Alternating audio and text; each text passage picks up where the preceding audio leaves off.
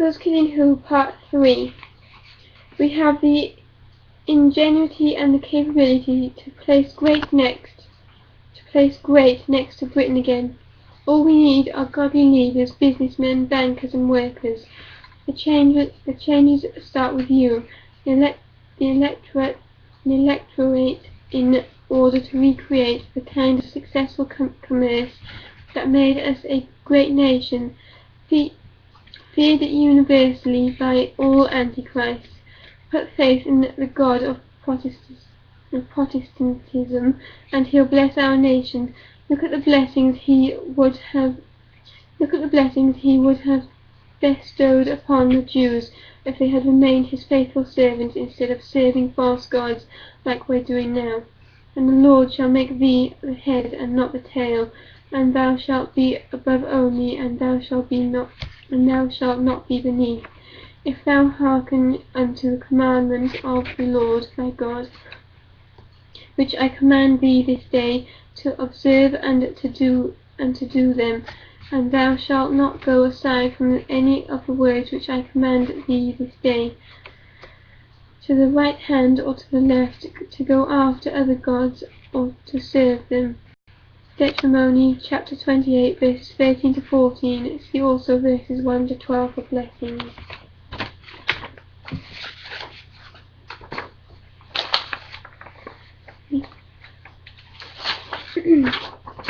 The Israelites disobeyed repeatedly. Look at the cursings which befell them for worshipping false gods.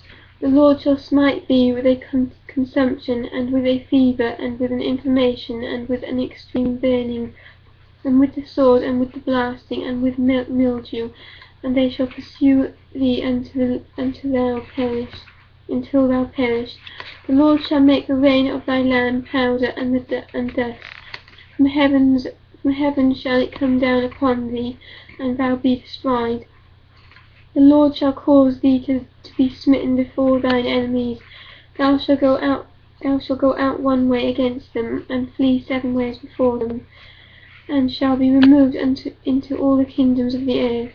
The Lord shall smite thee with madness, and blindness, and astonishment of heart.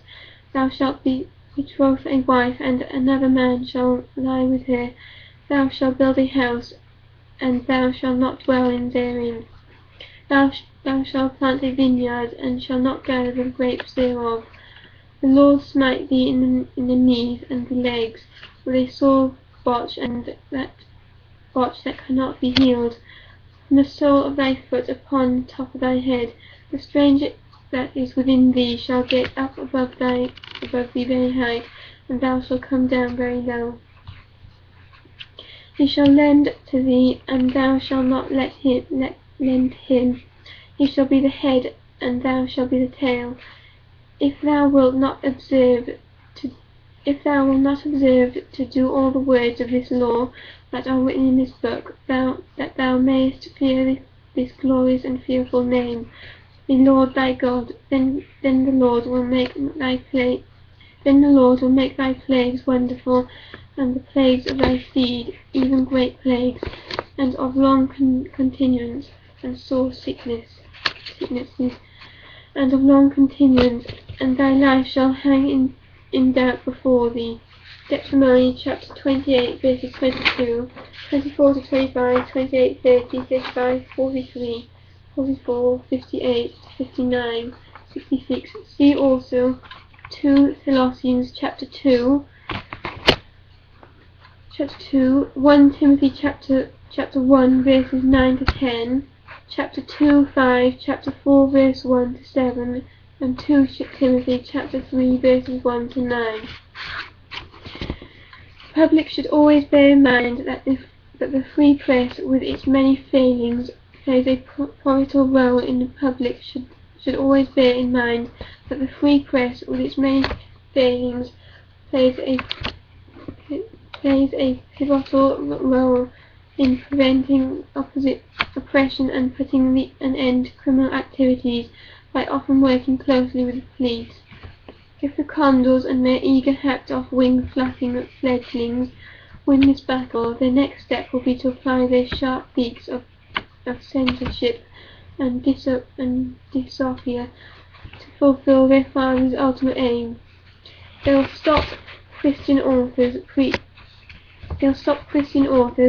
and evangelists from comparing and discrediting the heretical teachings of radical pseudo-Christian sects and other belief systems, which already pose a toxic, oppressive threat to developing free speech and genuine democracy in their own countries. With the Authorized King James Bible, they succeeded. We will be solid into Europe. Not so long ago, a Roman Catholic called Hitler used a similar sinister technique in Germany with diabolical consequences for Jews and Protestants. Jesus warned the Church about those who are determined to impose censorship when the proper legal statutes are already sufficient to deal with criminality, and this as the condemnation that light is come into the world, and men love darkness rather than light, because their deeds were evil. For everyone that doeth evil,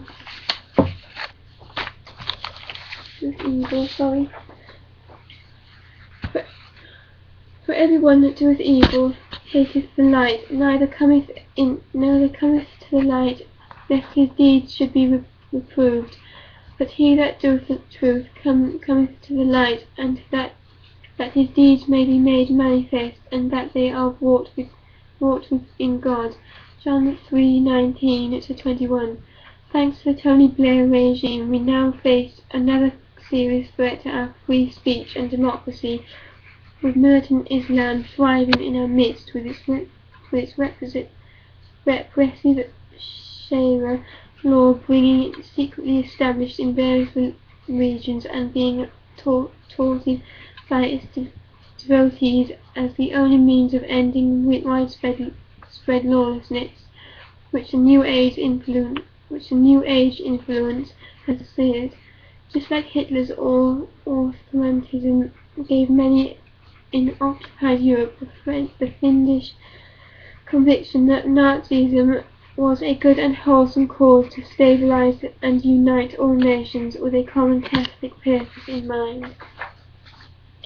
Thanks for listening. Please see my channel for part 4. Thank you.